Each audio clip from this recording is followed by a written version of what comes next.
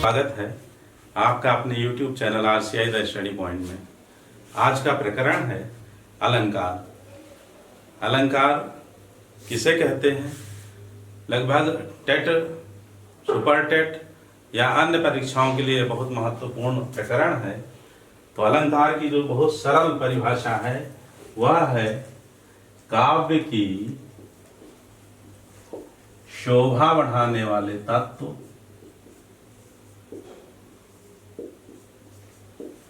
काव्य की शोभा बढ़ाने वाले तत्व अलंकार कहलाते हैं।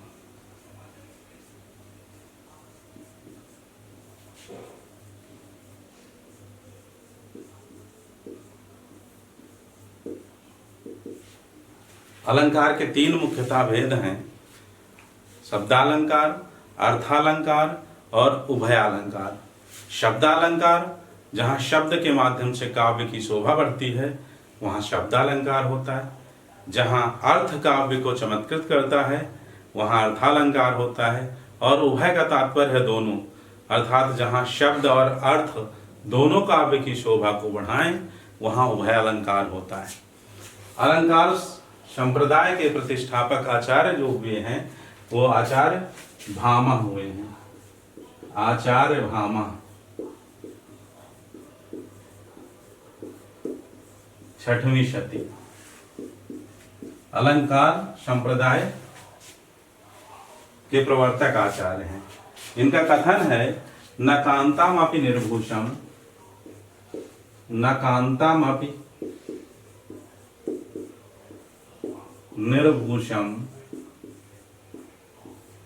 न कांतामपि निर्भूषम विभाति वनिता मुखम, विभाति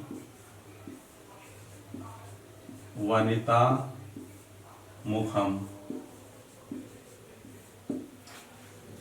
अर्थात जैसे सुंदर स्त्री की शोभा आभूषण के बिना पूरी नहीं होती, इसी तरह से काव्य की पूर्णता अलंकार में ही है।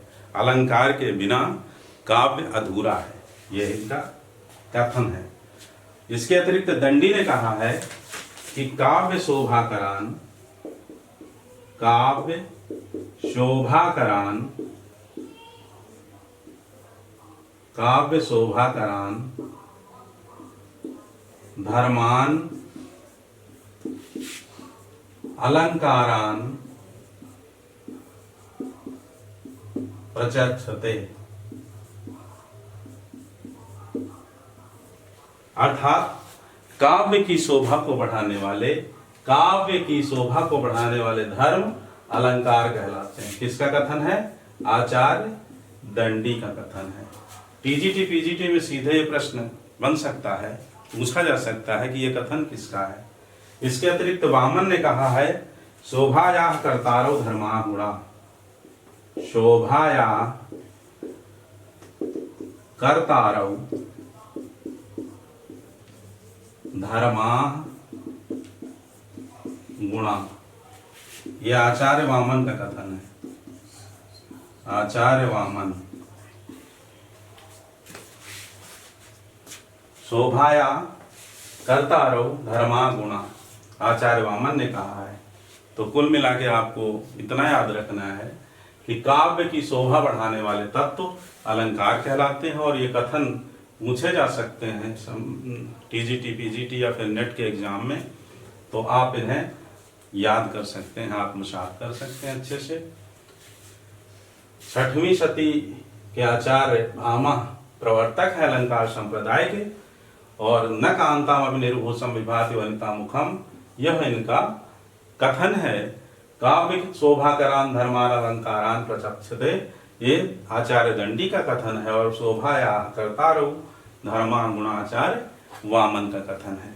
आइए इसके मुख्य भेद देखते हैं कौन कौन से हैं।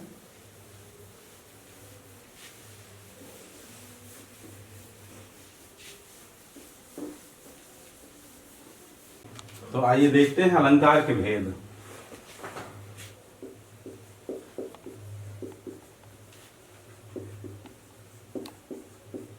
पहला है शब्दालंकार।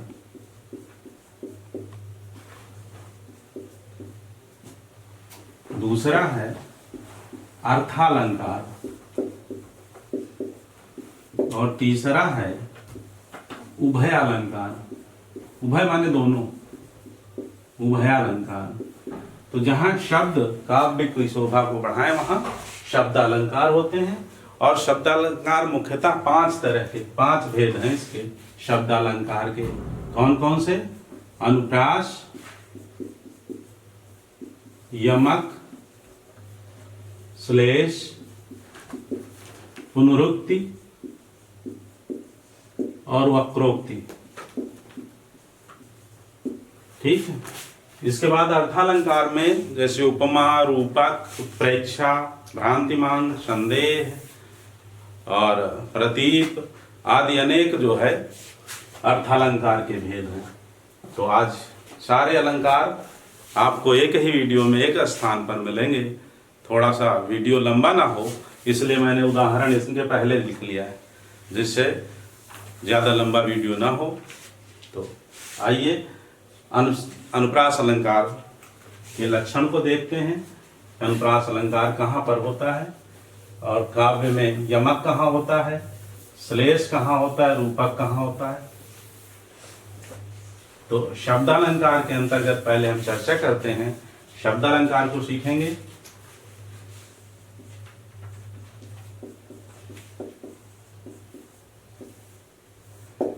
इसमें पहला है अनुप्रास अलंकार।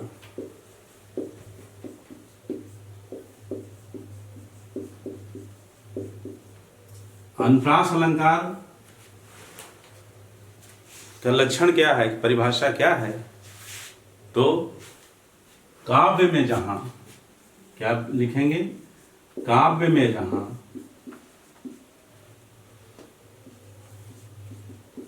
किसी वर्ण या अक्षर, किसी वर्ण या अक्षर की आवृत्ति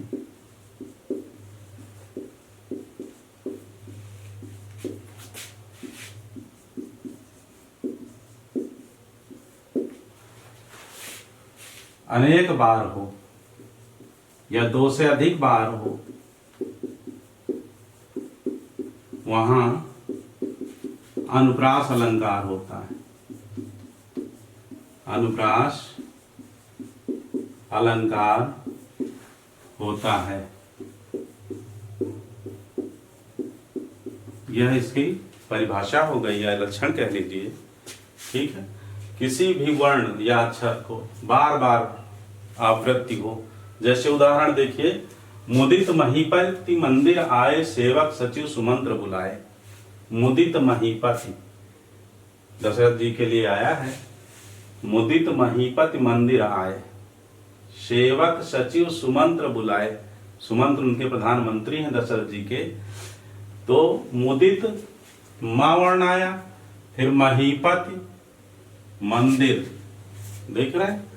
इसके अतिरिक्त यहां भी ता आ रहा है, यहां ता वर्ण आ रहा है, यहां स श वर्ण की आवृत्ति हो रही है। तो इस उदाहरण में कौन सा अलंकार है? अनुप्रास अलंकार है। इसका स्पष्टीकरण लिख सकते हैं। लिखने के लिए आता नहीं है, यद्यपि आपको पंक्ति दी जाएगी और पूछा जाएगा कि इसमें कौन सा अलंकार है, तो आप पढ़ करके समझ सकते हैं। उसका अर्थ भी समझना है। मैंने इसलिए 3-3, 4-4 उदाहरण हर एक के अलंकार प्रत्येक के लिख दिया है, जिससे आपको ज्यादा से ज्यादा रिवीजन आपका हो सके और तैयारी बेहतर हो सके। तो दूसरा है बंदौ गुरुपद पदुम परागा।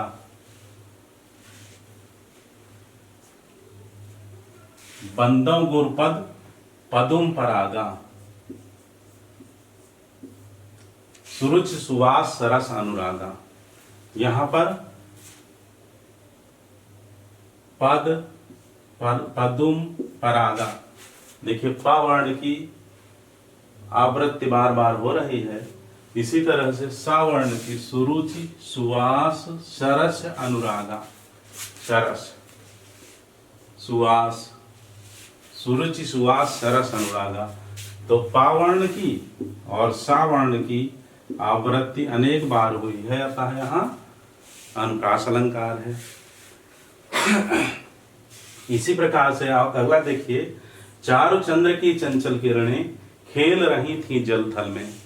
चारु चंद्र की चंचल किरणें खेल रही थी जल थल में। देखिए ला भी 2 बार आया है, ला यहां भी है, खेल रही थी जल थल में। चावर्ण और लावर्ण की आवृत्ति बार बार हुई है, अतः यहाँ अनुप्रास अलंकार है। और आगे देखिए, कोई भी इनमें से एक उदाहरण आपके प्रश्न पत्र में आ सकता है, पूछा जा सकता है आपके परीक्षा में। तरन तनुजा तट तमाल तरुवर बहुछाए, तो कौन सा अलंकार है? अनुप्रास। ठीक, अब अनुप्रास के 5 भेद होते हैं, वृत्त्यानुप्रास, सुट्यानुप्रास, शैकानुप्रास, लाटानुप्रास, अंत्यानुप्रास। तो 5 भेद यहाँ हम उनकी चर्चा नहीं कर रहे हैं, क्योंकि कंपटीशन में अनुप्रास ही पूछा जाता है, न कि उसके भेद। हाँ, ये प्रश्न बन सकता है कि अनुप्रास के कितने भेद होते हैं, तो अनुप्रास के 5 भेद होते हैं, ये याद रखिए। ठीक है, अनुप्रास के 5 भेद होते हैं, इतना पर्याप्त है अगर प्रश्न इस तरह से बने। ठीक है, दूसरा भाग जो बनाएंगे तो हम 5 भेदों का वर्णन कर देंगे, नहीं तो ये वीडियो बहुत लंबा हो जाए, क्योंकि इसमें हम 25-26 अलंकार जो है उनको सीखेंगे कम से कम, तो बहुत लंबा ना हो, इसलिए भेदों की चर्चा हम यहाँ नहीं कर रहे हैं। आइए दूसरा अलंकार देखते हैं, जो है यमक अलंकार। आशा करते हैं कि आप अनुप्रास अलंकार सीख गए होंगे। अब यमक अलंकार।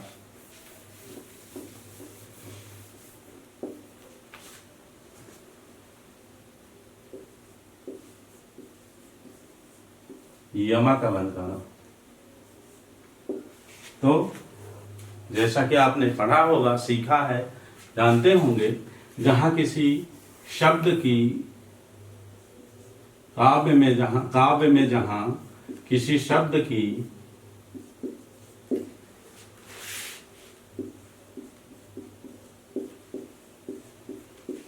आवृत्ति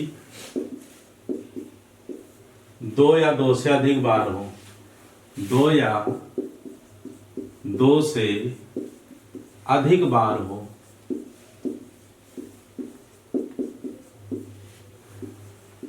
और उसके अर्थ अलग अलग हो, और उसके अर्थ अलग अलग हो,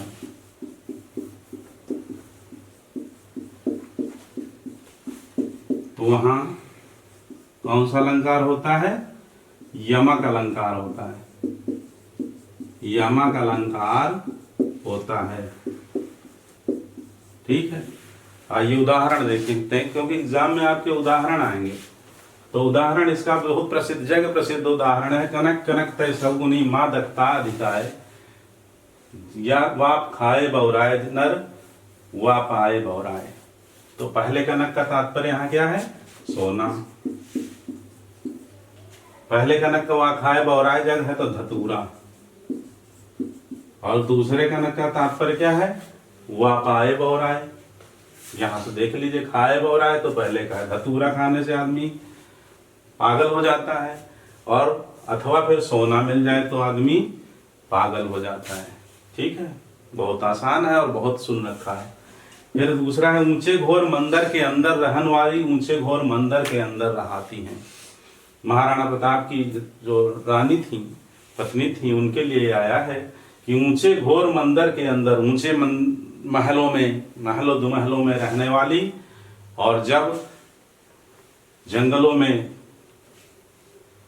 महाराणा प्रताप घास की रोटियां खा रहे थे, भटक रहे थे, तब उनकी पत्नी के लिए लिखा है कवि ने कि ऊंचे घोर मंदिर के अंदर रहाती, तो ऊंचे ऊंचे पहाड़ों की गुफाओं के अंदर रह रही हैं। तो यहाँ मंदिर का तात्पर्य है महल, और दूसरे मंदिर का तात्पर्य है बड़े बड़े पहाड़ों की गुफाएं।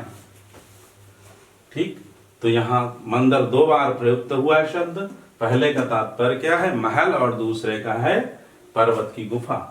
कहाँ कवि, अगला उदाहरण देखिए, कहाँ कवि बेनी ब्याल की चुराए लीनी बेनी।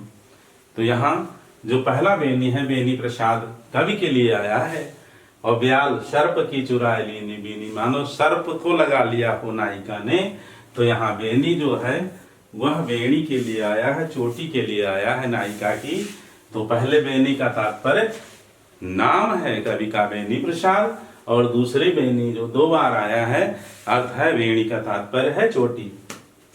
फिर अगला उदाहरण, केकी रव की नूपुर ध्वनि सुन जगती जगती की मूक प्यास। केकी रव, केकी कौन होता है? मोर। मोर की ध्वनि को सुन करके जगती जगती की, जब मोर पीऊ पीऊ करता है, चिल्लाता है जंगल में, तो जगती जगती की, जगती का तात्पर्य है जग उठती पहले का, और दूसरे जगती का तात्पर्य है धरती। धरती की प्यास बढ़ जाती है, जो मूक होती, जो मौन होती है, वह मुखरित हो जाती है। ठीक, तो जगती जगती 2 बार आया है, और पहले का तात्पर्य है जग जाना, और दूसरे का अर्थ है धरती, धरित्री, वसुंधरा, भू। आगे ये जो उदाहरण है ये श्लेष अलंकार के हैं। तो तीसरा अलंकार देखते हैं। आशा करते हैं कि आपने यमक अच्छे से सीख लिया होगा कई उदाहरण से। 1 2 3 4, इसी तरह से 1 2 3 4 उदाहरण इसके लिए हैं। ठीक है, आगे बढ़ते हैं।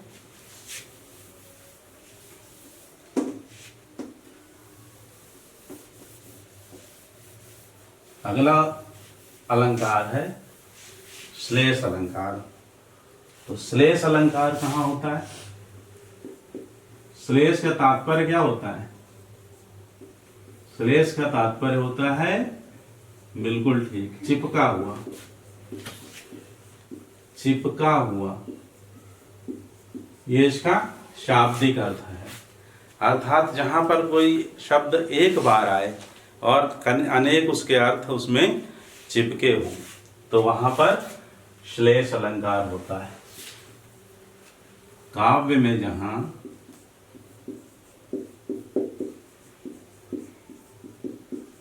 कोई शब्द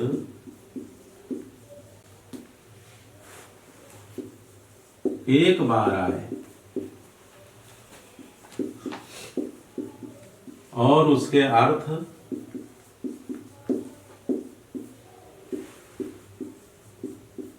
अनेक हों, एक से अधिक हों, कह लीजिए अनेक हों, वहां श्लेष अलंकार होता है।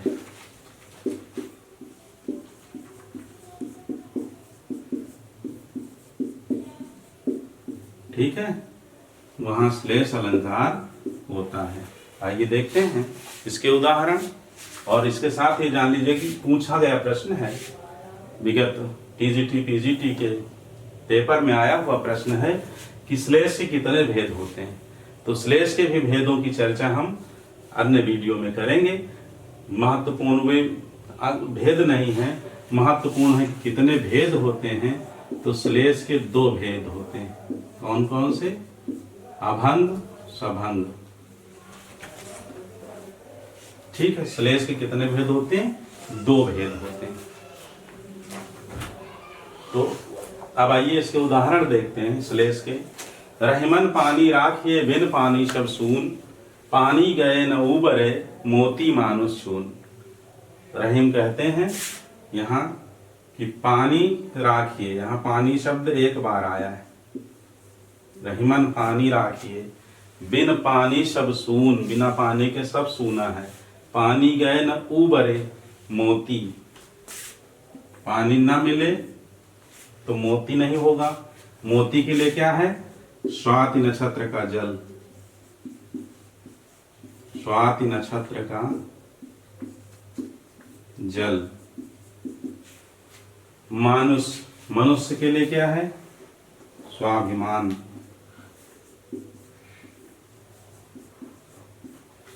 अभिमान नहीं, अभिमान बुरा होता है और स्वाभिमान होना चाहिए।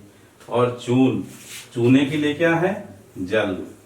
चूने का जल यदि समाप्त हो जाए तो बुझा हुआ चूना किसी काम का नहीं रह जाता है। तो पानी एक बार आया है और अर्थ इसके अलग अलग हैं, अतः यहाँ पर भी श्लेष अलंकार है। फिर अगला, चरण धरत चिंता करत चितवत भावत नींद न भोर, सुवरन को खोजत फिरत कवि व्यभिचारी चोर। यहाँ चरण जो है एक बार शब्द आया है और कवि के लिए चरण क्या है? काव्य के चरण, जो 4 चरण 6 चरण होते हैं। तो काव्य के चरण कवि के लिए क्या है? काव्य के चरण।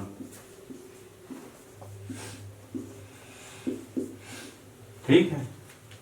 व्यभिचारी और चोर, इन दोनों के लिए तो पांव, पैर हैं। ठीक। दूसरा देखिए यहां पर, सुवरन को खोजत फिरत। सुवरन, तो सुवरन जो है कवि के लिए है सुंदर वर्ण। कवि के लिए क्या है? सुंदर वर्ण। सुवरन का तात्पर्य है, सुवरन का तात्पर्य है सुंदर वर्ण।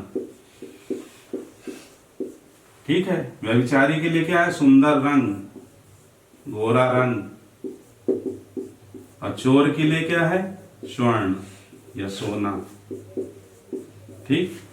तो सुवर्ण शब्द एक बार आया है और अर्थ अलग अलग है इसके, व्यक्ति के लिए, कवि के लिए, व्यभिचारी के लिए, चोर के लिए अलग अलग।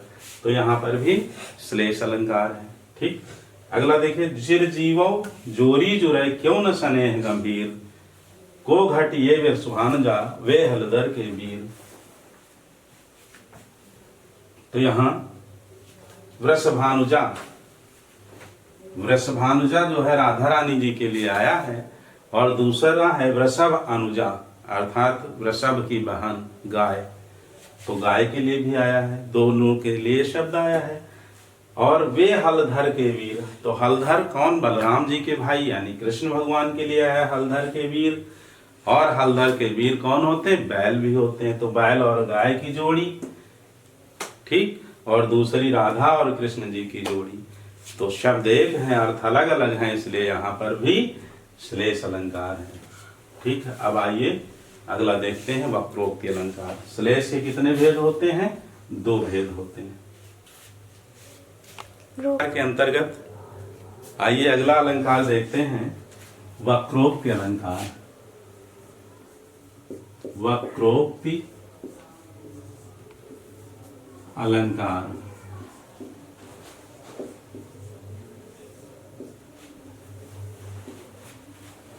वक्रोक्ति का तात्पर्य ही है, उक्ति माने होता है कथन, और वक्र माने टेढ़ी। वक्र प्लस उक्ति। वक्र का मतलब क्या होता है? टेढ़ा। और उक्ति का तात्पर्य क्या होता है? कथन। अर्थात किसी भी कथन का जो टेढ़ा अर्थ ले लिया जाए। ठीक है। वक्ता कुछ कहे और श्रोता उसका दूसरा अर्थ निकाले, यानी वास्तविक अर्थ के स्थान पर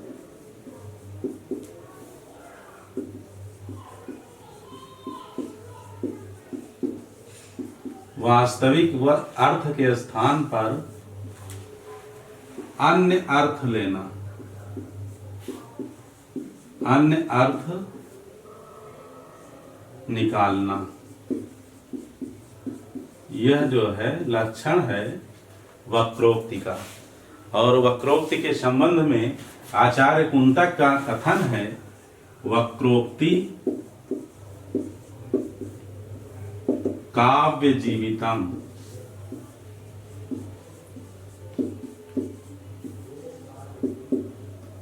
आचार्य कुंतक,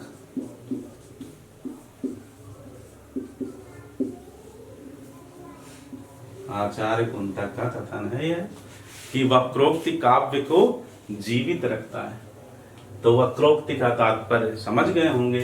वक्र उक्ति यानी टेढ़ा कथन, वक्ता कुछ कहे, श्रोता कुछ उसका अर्थ समझे, सीधे सीधे उसका अर्थ न निकाल करके दूसरा अर्थ निकाला जाए, तो वहां वक्रोक्ति अलंकार होता है। और इसके 2 भेद हैं। नंबर 1 श्लेष मूला वक्रोक्ति, और दूसरा है काकुमूला वक्रोक्ति। मैंने जैसा पहले कहा है कि हम आज भेदों की चर्चा नहीं कर रहे हैं, हम सीधे सीधे सीख रहे हैं अलंकारों को और उनके उदाहरणों को। तो अनेक उदाहरणों के माध्यम से आइए देखते हैं वक्रोक्ति के कुछ उदाहरण जो आपके समक्ष हैं। को तुम है घनश्याम हम तो बरसों कित जाए। राधा जी पूछ रही हैं, दरवाजा बंद है और भगवान कृष्ण दरवाजे के उस पार हैं, तो दरवाजा खटखटाते हैं।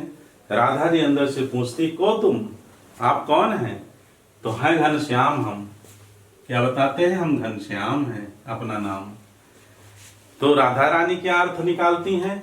तो बरसों कित जाए, तो जाकर के कहीं बरसिए, माने वह अर्थ निकालती है काला बादल, और घनश्याम भगवान श्री कृष्ण का नाम है।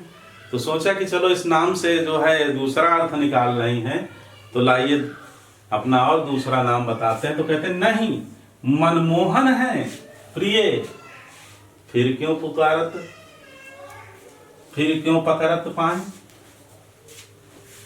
तो राधा जी कहती हैं, जब भगवान कृष्ण कहते कि मनमोहन है, तो राधा जी क्या अर्थ निकालती कि अगर मन को मोहने वाले हैं तो फिर आप क्यों यहाँ गिड़गिड़ा रहे हैं?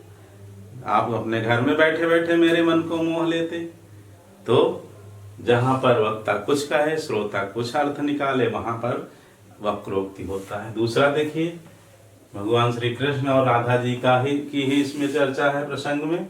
खोलो जू किवार तुम कोहो ऐती बार। भगवान श्री कृष्ण राधा जी से कहते हैं, खोलो जू किवार, दरवाजा खोलिए। तो तुम हो के, तुम को हो ऐती बार, इतनी बेर, इतने समय कौन हो तुम जो आए हो यहाँ, पूछती राधा जी। तो हरि नाम है हमारो। भगवान कृष्ण कहते हैं हरि, हम हरि हैं, तो बसो का आनंद पहाड़ में।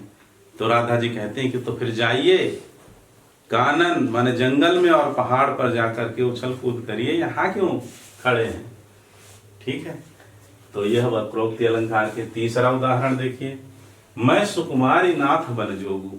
भगवान राम जंगल को जाने के लिए तत्पर हैं, तो सीता जी भी नहीं मान रही कि मैं भी चलूंगी आपके साथ। अनेक प्रकार से राम जी समझाते हैं कि वहाँ पहाड़ है, पहाड़ का पानी अत्यंत खारा लगेगा, कठोर पानी, ठंडा होता है, ऊपर कंटकाकीर्ण मार्ग है, आदि अनेक प्रकार से, और आप अत्यंत सुकुमारी हैं, आपके लिए उचित नहीं है।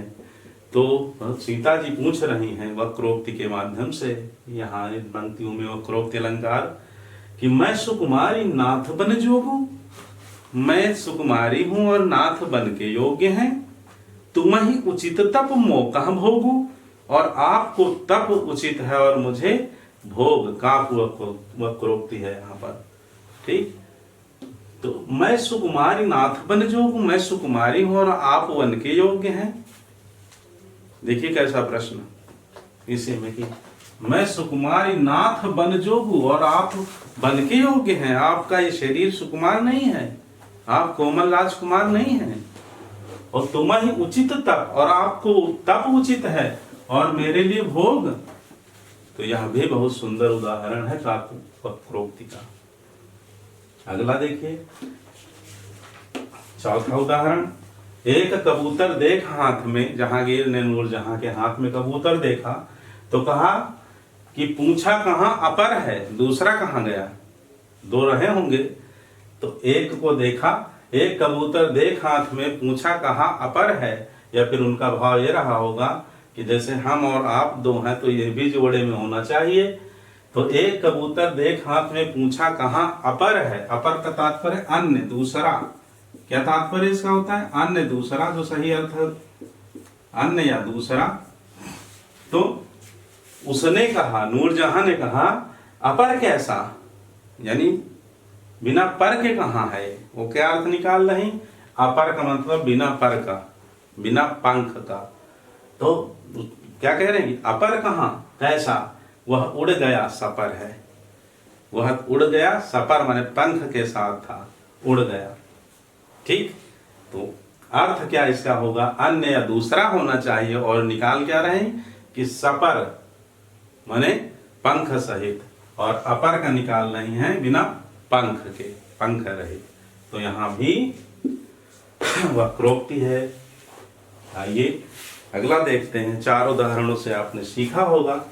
अब देखते हैं पुनरुक्ति प्रकाश। पुनरुक्ति प्रकाश, जैसा कि नाम से देख रहे हैं, पुनरुक्ति का तात्पर्य है दोबारा उक्ति, माने वही शब्द एक से अधिक बार आए। शब्द जो है कोई एक से अधिक बार।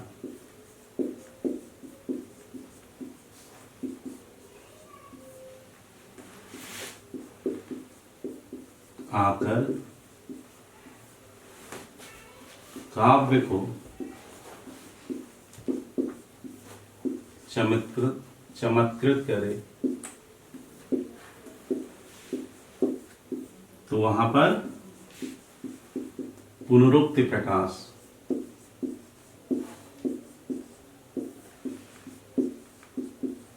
ठीक, आपने यमक में भी देखा है, एक से अधिक बार शब्द आता है, लेकिन यमक में अर्थ अलग अलग होता है और यहाँ पर अर्थ अलग अलग नहीं होता है। एक से अधिक बार शब्द आएगा लेकिन अर्थ उसका बदला हुआ नहीं रहेगा। पुनरुक्ति प्रकाश अलंकार होता है।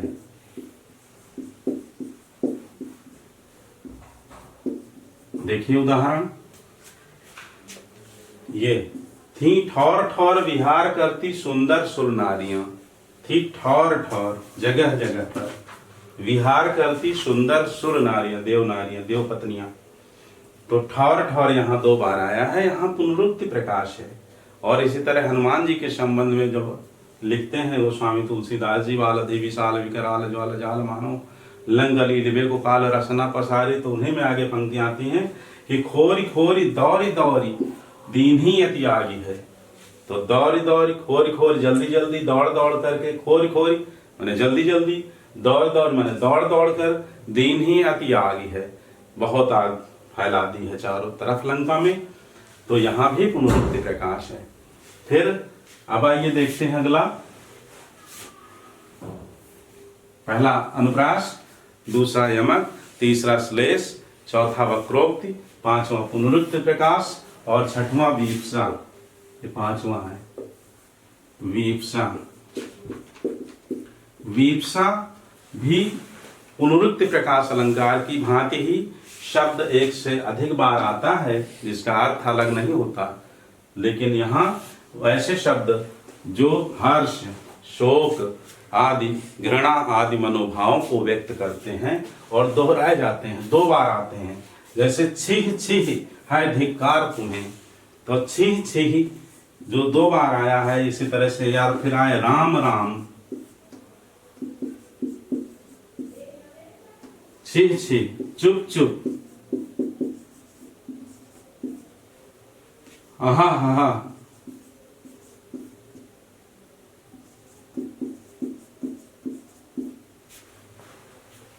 तो इस तरह से ये 2 बार दोहराए जाएं शब्द जो मनोभावों को प्रकट, हर्ष, शोक, ग्लानि, घृणा आदि इनको व्यक्त करें, मनोभावों को, मनोविकारों को, तो वहां पर वीप्सा अलंकार होता है। और उदाहरण ये है, छीह छीह है धिक्कार तुम्हें।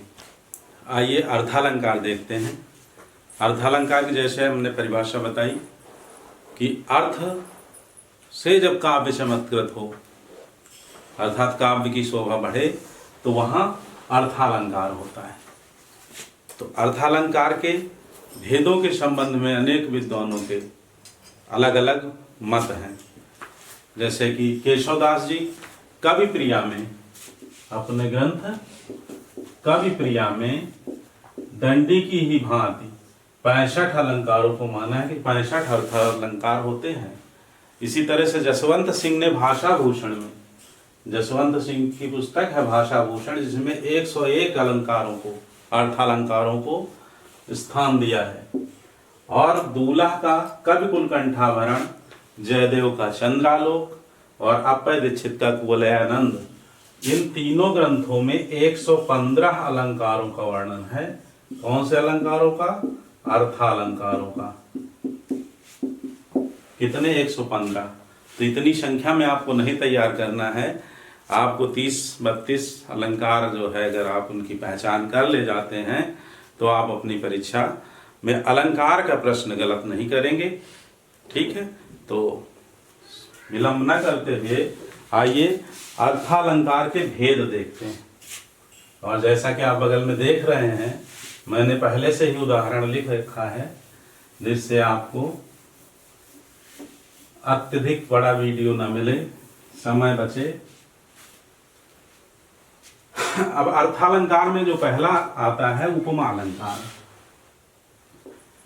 उपमा अलंकार उपमा के चार भेद हैं, चार अंग कह लीजिए, अंग हैं, भेद नहीं। भेद तो तीन है। उपमा के चार अंग हैं। पहला है उपमेय, दूसरा है उपमान, उपमान, तीसरा है वाचक और चौथा है गुणधर्म।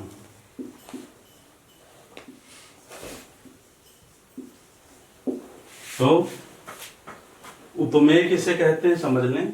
उपमेय जिसकी प्रशंसा की जाए, काव्य में जिसका वर्णन हो, उसे हम प्रस्तुत भी कहते हैं, जो उपस्थित हो।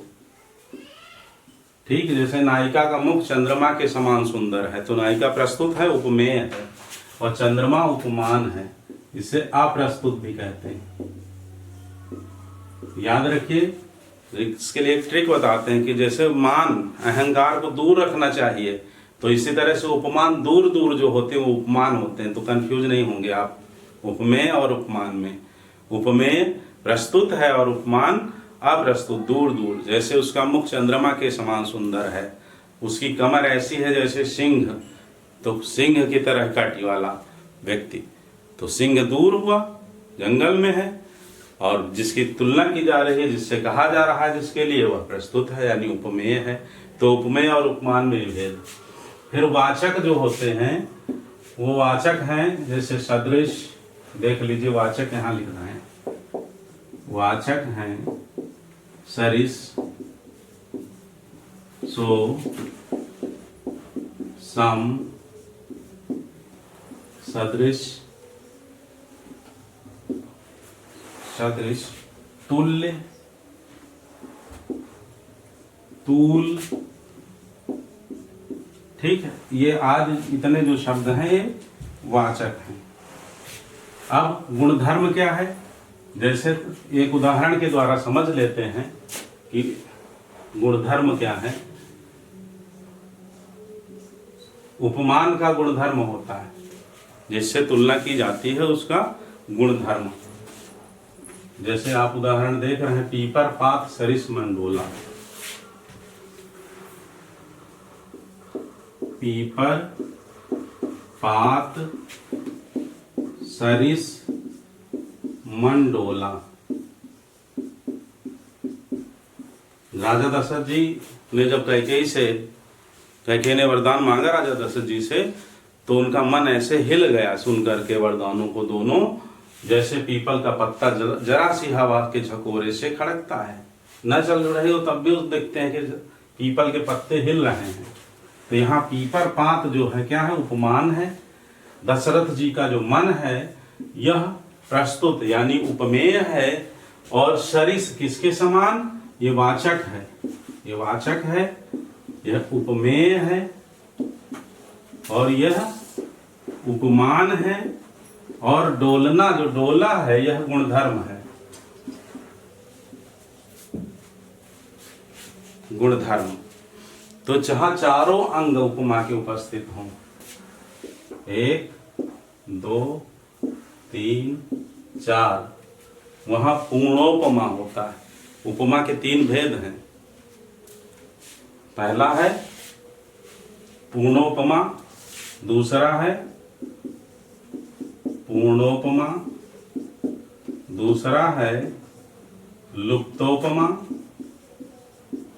और तीसरा है मालोपमा। ठीक है, सब कुछ हो गया। परिभाषा, लक्षण। तो लक्षण बहुत सरल है। जहां पर काव्य में जहां उपमेय और उपमान के मध्य तुलना की जाए, क्या की जाए, तुलना, वहां पर उपमा अलंकार होता है। ठीक, तुलना, जहां पर उपमेय उपमान के मध्य तुलना, तुलना के लिए वाचक आएगा। क्या आएगा वाचक, इनमें से कोई भी, सरिस, सो, सम, सदृश, तुल्य या तूल, इनमें से कोई एक वाचक अवश्य आएगा। ठीक, तो वहां पर उपमा अलंकार होगा।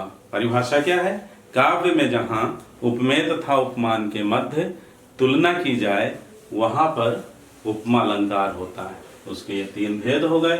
और आइए उदाहरण देखते हैं। आपने इस उदाहरण को देखा भी कि पीपर पात उपमान है, मन उपमेय है राजा दशरथ जी का, सरिस वाचक है और डोलना गुणधर्म है। पहला देखिए उदाहरण है, हरिपद कोमल कमल से। हरिपद भगवान के पद कितने कोमल हैं, कमल से भी यहां होगा।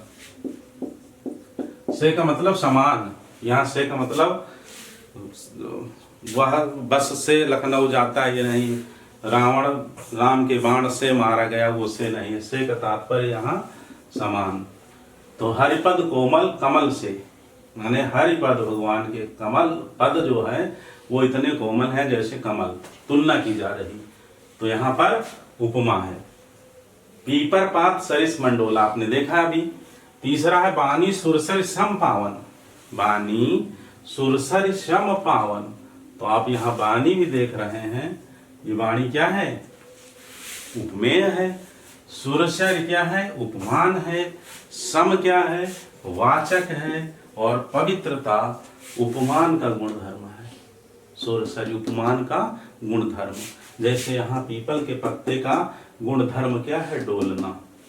हवा नच भी चल रही हो तो, और नीम के पत्ते, यूकेलिप्टस के पत्ते नहीं हिलते डुलते दिखेंगे, लेकिन पीपल का पत्ता हिल रहा होगा, तो यह गुणधर्म कहलाता है। तो बानी सुरसर सम पावन, बानी यहां उपमेय, बानी उपमेय, सुरसर उपमान,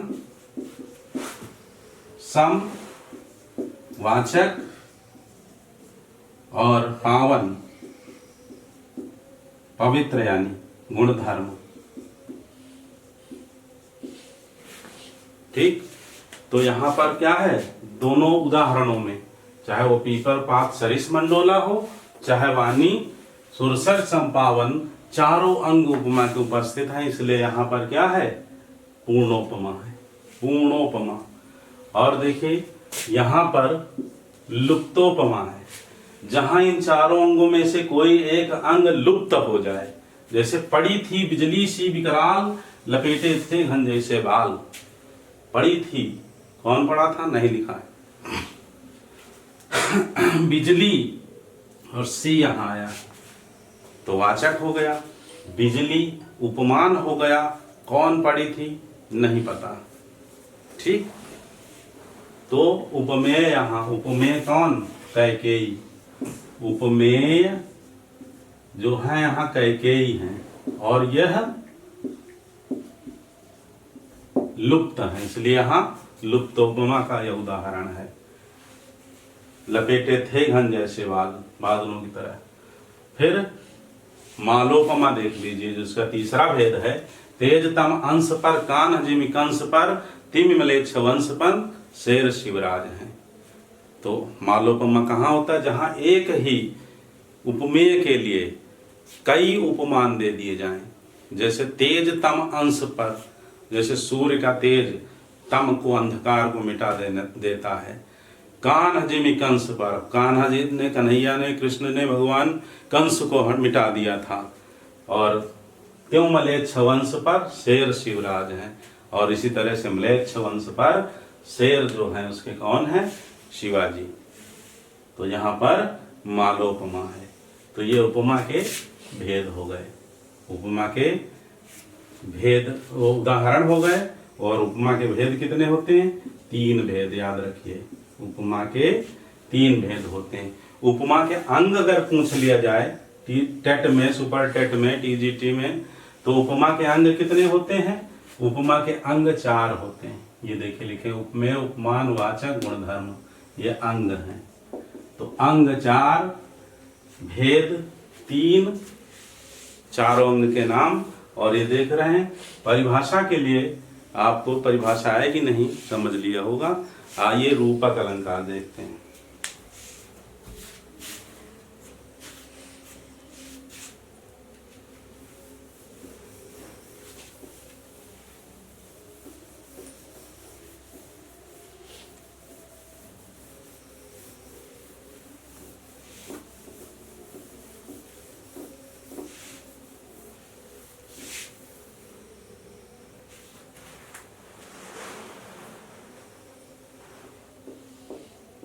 रूपक अलंकार।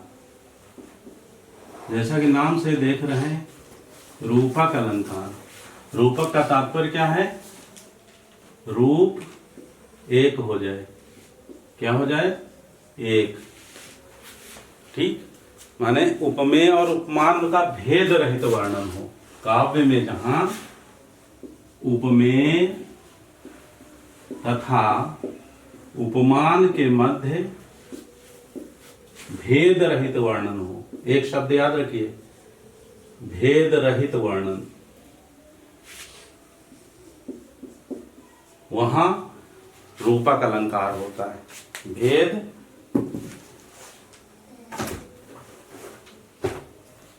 भेद रहित वर्णन, काव्य में जहां भेद रहित वर्णन हो वहां रूपक अलंकार होता है। ठीक है, एक शब्द था उपमा के लिए तुलना, और इसी तरह से उत्प्रेक्षा भी जब देखेंगे तो उसके लिए भी एक शब्द याद रखना, संभावना।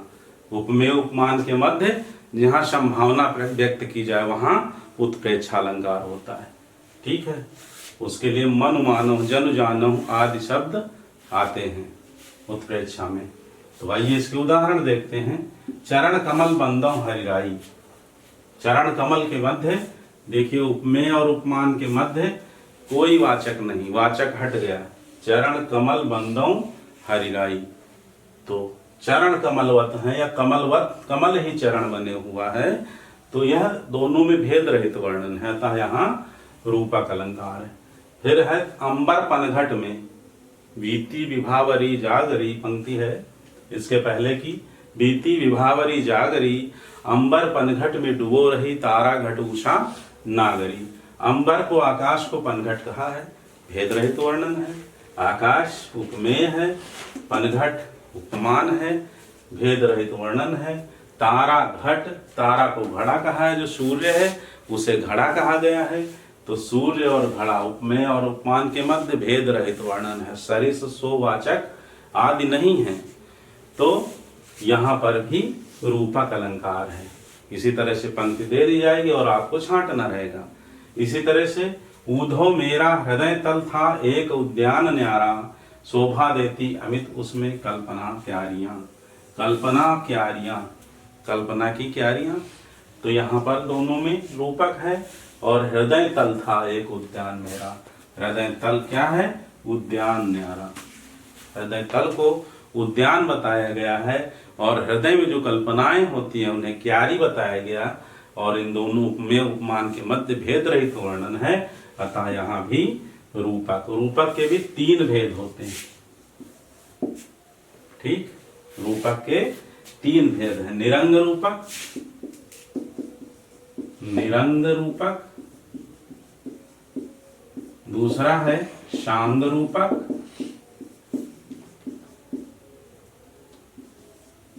और तीसरा है परंपरित रूपक।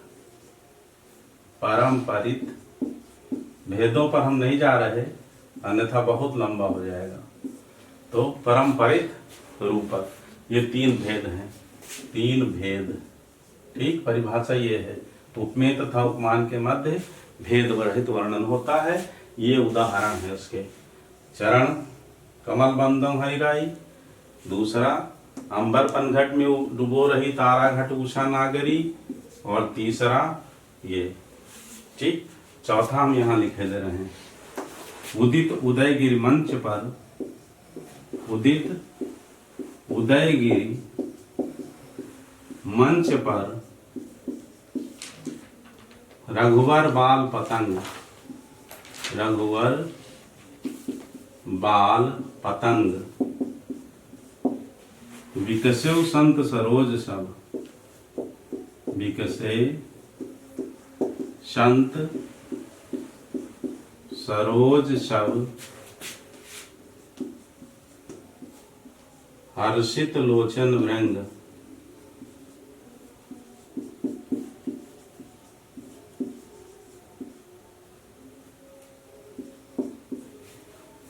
ठीक, यहाँ पूरा रा लिखा है, अवधि भाषा है इसलिए पूरा रा। उदित उदयगिरि मंच पर रघुवर बाल पतंग, धनुष भंग के समय जहाँ जिस ऊंचे सिंहासन पर भगवान श्री राम विराजमान हैं, तो वह मानो ऊंचा सिंहासन उदयगिरि पर्वत है, उदयाचल पर्वत है। और उस मंच पर रघुवर रूपी भगवान श्री राम रूपी बाल पतंग सूर्य, देखिए यहाँ रघुवर को क्या कहा, बाल पतंग कहा है, रघुवर राम जी को बाल पतंग कहा, तो रूपक हो गया। उदित उदयगिरि मंच पर, उदय मंच को क्या कहा गया, उदयगिरि पर्वत, उदयाचल पर्वत कहा गया है, तो यहाँ भी रूपक है। विकसे संत सरोज शब, और सभी संत रूपी कमल, संत रूपी कमल, सरोज माने कमल, संत रूपी कमल के हृदय विकसित हो गए, तो यहाँ भी रूपक है। और हर्षित लोचन भृंग, और भृंग नेत्र रूपी भंवरे हर्षित हो गए यह देख करके। जैसे कमल खिलता है तो भंवरे पराग पाने के लिए, पराग रस का पान करने के लिए प्रसन्न हो जाते हैं, प्रफुल्लित हो जाते हैं। ऐसे ही सबके नेत्र जो संत थे, जो संत जैसे ही पुरजन परिजन थे, और जितने नर नारी थे उनके सब लोचन जो है भंवरे की तरह प्रफुल्लित हो गए। तो यहाँ देख रहे हैं आप, हर चरण में, 4 चरण है, दोहा है ये। उदित उदयगिरि मंच पर, यहाँ भी रूपक, रघुवर बाल पतंग, यहाँ भी रूपक, विकसे संत सरोज शब, यहाँ भी रूपक, और हर्षित लोचन भृंग, यहाँ भी रूपक। ठीक, तो यहाँ क्या है, शांग रूपक का उदाहरण यह है। क्या है, सारे चारों चरणों में रूपक रूपक रूपक छाया हुआ है। तो उपमेय और उपमान के मध्य भेद रहित वर्णन हो, वहां रूपक अलंकार होता है। आइए उत्प्रेक्षा अलंकार देखते हैं।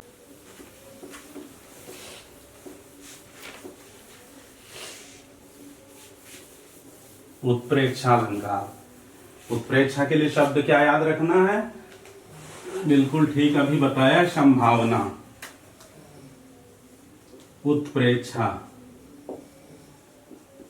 उत्प्रेक्षा के लिए एक शब्द याद रखना है, काव्य में जहां, काव्य में जहां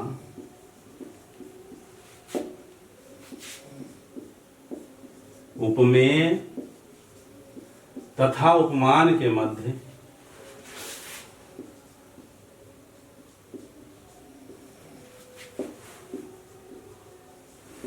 संभावना व्यक्त की जाए, संभावना व्यक्त की जाए, वहां उत्प्रेक्षा अलंकार होता है, वहां उत्प्रेक्षा अलंकार होता है। ठीक, अब जहां आपने संभावना लिखा है, अगर यहाँ भेद रहित वर्णन लिख दें तो रूपक की हो जाएगी, और यहाँ उपमेय तथा उपमान के मध्य तुलना की जाए तो उपमा की हो जाएगी। एक एक शब्दों से परिभाषाएं, उनके लक्षण बदल जाएंगे। अब इसके लिए शब्द जो है मनु मानव, इसमें जो है नोट याद रखिए, मनु मानव, मानव,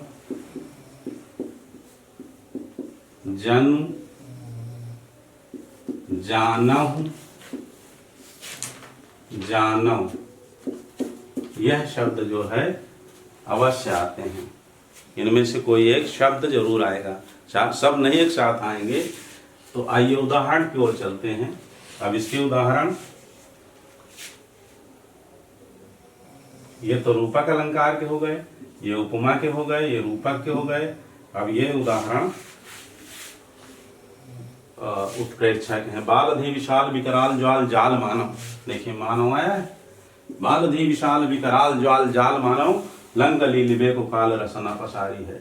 अब देखिए एक पंक्ति में दो दो अलंकार हो सकते हैं, यहाँ मैंने इसलिए जानबूझ करके ऐसे उदाहरण रखे हैं कि एक साथ दो दो उदाहरण भी हो सकते हैं।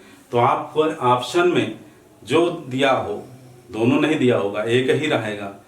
ठीक है, दोनों भी अगर दिया है तो जो पहले दिया है वही उत्तर आपका होगा, दूसरे की ओर नहीं जाना है। तो बालधि विशाल, बा 3 बार आया है कि नहीं, ज्वाल जाल ला आ रहा है, लावर्ण की आवृत्ति हो रही, बावर्ण की आवृत्ति हो रही। तो ये देखिए यहाँ पर शब्दालंकार भी है, अनुप्रास है ना, और ये उभय अलंकार के अंतर्गत आएगा, क्योंकि यहाँ पर अनुप्रास की छटा निराली है और साथ में मानव मन मानव लंक लीलवे को काल रसना पसारी, लंका को निगल जाने के लिए काल ने, यमराज ने साक्षात अपनी रचना फैला दी है, जीवा को फैला दिया है। ठीक, तो मानो जन जानो भी आ रहा है, तो उत्प्रेक्षा भी है, तो यहाँ उत्प्रेक्षा भी है, अनुप्रास भी है। दूसरा देखिए, इसमें भी दो हैं। कपि करि हृदय विचार दीन मुद्रिका डारी तब, जनु अशोक अंगार दीन हरस उठ कर गहो। मुद्रिका राम जी की लेकर के हनुमान जी गए हैं, अशोक वाटिका बैठे हैं, सीता जी विलाप कर रहे हैं कि अवनी नावत एक उतारा, इस तरह से रो रही हैं कि, और अशोक वृक्ष से ही प्रार्थना कर रही हैं कि एक अंगारा दे दो और मैं जल करके भस्म हो जाऊं, इस रावण का मुंह न देखना पड़े। तो कपि कर हृदय विचार दीन मुद्रिका डारी तब, हनुमान जी ने मुद्रिका डाल दिया यथा समय। तो जनु अशोक अंगार, जनु शब्द आया है, जनु ऐसी संभावना व्यक्त की कि अशोक का अंगारा मिल गया हो, तो संभावना व्यक्त की जा रही हो, तो अपेक्षा है। दीन हरस उठ कर गए हो, और जब सीता जी उसे ले जा करके उठाने चल दी अंगारा ही समझ करके, तो अंगारा था नहीं, थी क्या वो मुद्रिका, और उसे क्या हम समझ लिया, अंगारा समझ लिया। तो यहाँ पर भ्रांतिमान है। ठीक, जब एक वस्तु के स्थान पर दूसरी वस्तु मान ली जाए, वहां पर जहाँ भ्रम उत्पन्न हो जाए, भ्रम हो गया है, तो यहाँ भ्रांतिमान अलंकार भी है, दो अलंकार। तो जो आए ऑप्शन में वह आप उत्तर में लिखेंगे। ठीक है, जनु भी आया तो उत्प्रेक्षा भी है, और मान लिया है उस अंगारे को कि मुद्रिका अंगारा है, इसलिए भ्रांतिमान भी है। अभी आगे संदेह और भ्रांतिमान सिखाएंगे तो और अच्छे से आपकी तैयारी हो जाएगी। मानव सूर काढ़ी डारी है वारी मध्य तमीन, ये अगला उदाहरण है तीसरा। चार उदाहरण सबके दे रहे हैं, 3 ये, अब ये यहाँ लिखा था रूपक का, 3 ये कभी इसका लिख रहे हैं। मानव सूर काढ़ी डारी है वारी मध्य तमीन, गोपियों की वह दशा हो रही है, छटपटा रही हैं भगवान श्री कृष्ण के वियोग में, उनके मथुरा चले जाने पर, जैसे कि मछली को जल से निकाल करके डाल दिया जाए स्थल भाग में, तो छटपटाएं। मानव सूर काढ़ी डारी है वारी मध्य तमीन, ऐसी संभावना कि जैसे जल से निकाल करके मछली को डाल दिया गया है। और देखिए इसका बड़ा प्यारा उदाहरण सब जगह मिलता है। सोहत ओढ़े पीत पटु, सोहत ओढ़े पीत पटु, श्याम सलोने गात, श्याम सलोने गात। यहाँ खड़ी बोली नहीं तो श्याम लिखते, यहाँ यही शुद्ध है। मनहु नीलमणि शैल पर, मनहु नीलमणि, नीलमणि यहाँ अणा भी नहीं आएगा, शैल पर, शैल भी ये लिखा जाएगा। आतप पर्यो प्रभात, आतप पर्यो प्रभात। तो देखिए सोहत ओढ़े पीत पटु, श्याम सलोने गा, मनहु नीलमणि शैल पर आतप पर्यो प्रभात। यहाँ भगवान श्री कृष्ण पीला वस्त्र पहने हुए हैं, ऐसा फब रहा है कि जैसे उनका श्यामल, उनके अंग पर पीला पीतांबर ऐसे भा रहा है, ऐसे सुंदर झांकी उनकी बनी है कि नीलमणि पर्वत के ऊपर आतप, धूप, सुबह की धूप की चादर बिछ गई हो, फैल गई हो, जैसे मान लो नीले पर्वत के ऊपर सोने की चादर भी फैला दी गई हो, ऐसे ही पीला वस्त्र भगवान श्री कृष्ण के श्यामल शरीर पर सुशोभित हो रहा है। तो यहाँ मनहु शब्द संभावना व्यक्त की जा रही है, और मनहु शब्द आया है, इसलिए यहाँ भी उत्प्रेक्षा अलंकार है। अब आइए उत्प्रेक्षा अलंकार के भेद देख लीजिए। इसमें है पहला वस्तु उत्प्रेक्षा, वस्तुत्प्रेक्षा, दूसरा 3 भेद हैं इसके भेद। दूसरा है हेतुत्प्रेक्षा,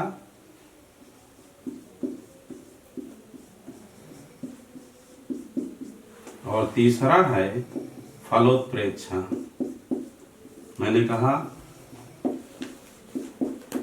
भेदों का वर्णन अभी नहीं, केवल भेद समझ लिए। पूछे जा सकते हैं कि उत्प्रेक्षा के कितने भेद होते हैं, रूपक के कितने भेद होते हैं, उपमा के कितने भेद होते हैं। आपने देखा उपमा के 3 भेद, रूपक के 3 भेद, ठीक, निरंग, शांग, परंपरित। उसमें पूर्णोपमा, लुप्तोपमा, मालोपमा। इसी तरह से यहाँ वस्तुत्प्रेक्षा, हेतुत्प्रेक्षा और फलोत्प्रेक्षा, तो इसके भी 3 भेद, 3 भेद हो गए सबके। आइए अगला अलंकार प्रतीप अलंकार देखते हैं। प्रतीप का तात्पर्य है विपरीत या उल्टा, विपरीत या उल्टा। किसका विपरीत? उपमा का। तो उपमा में आपने देखा कि उपमा, उपमेय की तुलना उपमान से की जाती, यानी उपमान को श्रेष्ठ दिखाया जाता है। जैसे मुख चंद्रमा के समान सुंदर है, अब इसका उल्टा कर दीजिए, चंद्रमा मुख के समान सुंदर है, ठीक है, यही प्रतीप है। यानी उपमान को हेय दिखाया जाए, उपमेय को श्रेष्ठ दिखाया जाए, तो वहां पर प्रतीप अलंकार होता है, ठीक है। जहां उपमेय को उपमान या उपमान को उपमेय अथवा उपमान को हेय, नीचा दिखाया जाए, कमतर दिखाया जाए, उपमेय को श्रेष्ठ दिखाया जाए, तो वहां पर प्रतीप अलंकार होता है। आइए उदाहरण के माध्यम से सीखते हैं। उसी तपस्वी से ऊंचे थे देवदार 2-4 खड़े। अब तपस्वी उपमेय और देवदार क्या है? उपमान है। लेकिन देवदार की ऊंचाई किससे दिखाई जा रही? तपस्वी से दिखाई जा रही। उसी तपस्वी से ऊंचे थे देवदार 2-4 खड़े, ठीक है। व्यक्ति हो जो भी, उसकी तुलना जिससे करते हैं वह उपमान होता है। यहाँ उपमान क्या है? देवदार, और तपस्वी क्या है? उपमेय। तो उसी तपस्वी से ऊंचे थे, यानी उपमेय जो है वह श्रेष्ठ है। देवदार 2-4 खड़े, तपस्वी के जो तपस्या की ऊंचाई है उसके जीवन में, वह ऊंचाई, उस ऊंचाई के समान जो है देवदार 2-4 खड़े। तो तपस्वी यहाँ उपमेय क्या है? श्रेष्ठ है। तो यहाँ प्रतीप अलंकार है। इसी तरह से इन चंचल नयनों का जादू जड़मीन कहाँ से पाएंगे? तो चंचल नयनों का जादू, नायिका के नयनों का जादू। अब नायिका के नेत्र क्या दिखाए जाते हैं? जहाँ उपमा होता है कि मछली के समान सुंदर, लेकिन यहाँ मछली के नेत्रों को हेय दिखाया जा रहा है, कम दिखाया जा रहा है, और नेत्रों को नायिका के श्रेष्ठ दिखाया जा रहा है। तो इन चंचल नयनों का जादू, तो इसलिए प्रतीप। जड़मीन कहाँ से पाएंगे? जड़मीन, मछली के पास ये चंचलता कहाँ? नेत्रों में, ठीक।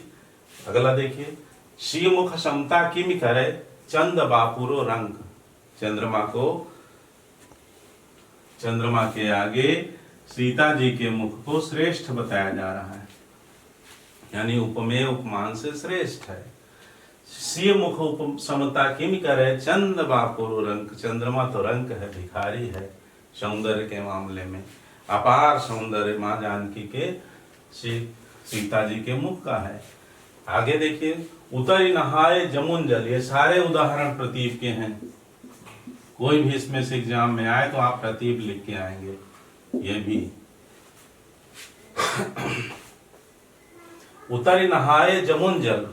राम जी और लक्ष्मण जी जो वन को जा रहे हैं, तो यमुना जी को पार करके यमुना जी में स्नान किया, जो शरीर समश्याम। अब देखिए, जल को, जो जल उपमान होता है, जल हो, चंद्रमा हो, नाग हो, सिंह हो, हाथी की चाल हो, मोरनी हो, हिरन हो, मछली की आंखें, सारे उपमान है जो संसार में यत्र तत्र फैले हुए हैं। लेकिन अब यहाँ जो है जल को क्या दिखाया? जो शरीर समश्याम, जो शरीर की तरह श्यामल है।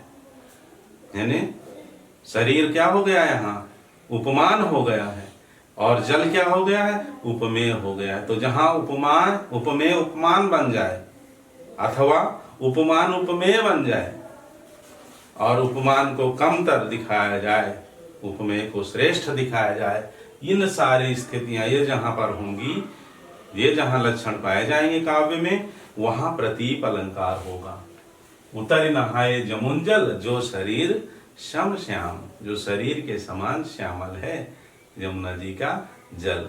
तो यमुना जी का जल उपमेय, शरीर उपमान, इसलिए प्रतीप उल्टा हो गया उपमा का। आगे दूर दूर तक विस्तृत था हिम स्तब्ध उसी के हृदय समान। देखिए दूर दूर तक विस्तृत, हिम का जो विस्तार है, हिम का विस्तार, अब हृदय का विस्तार कहा जाए हिम के विस्तार से, हिमालय के पर्वत के ऊपर जो बर्फ फैली है उस तरह से विराट हृदय, लेकिन यहाँ हिम के विस्तार को हृदय के विस्तार से तुलना की जा रही है। तो हृदय का विस्तार जो उपमेय होता है उपमा में, यहाँ क्या बन गया, उपमान बन गया है। स्तब्ध उसी के हृदय समान, तो हृदय का विस्तार यहाँ उपमान हो गया और हिम का जो विस्तृत भूभाग है, भूखंड पर जहाँ फैली हुई है बर्फ, वह क्या हो गई, उपमेय हो गई है। तो इसलिए यहाँ प्रतीप है। ठीक, आशा है कि आपको अच्छे से प्रतीप समझ में आ गया होगा। विपरीत या उल्टा होता है किसका, उपमा का, यानी जहां उपमेय उपमान बन जाए अथवा उपमेय उपमान उपमेय बन जाए और उपमान को हेय और उपमेय को श्रेष्ठ दिखाया जाए,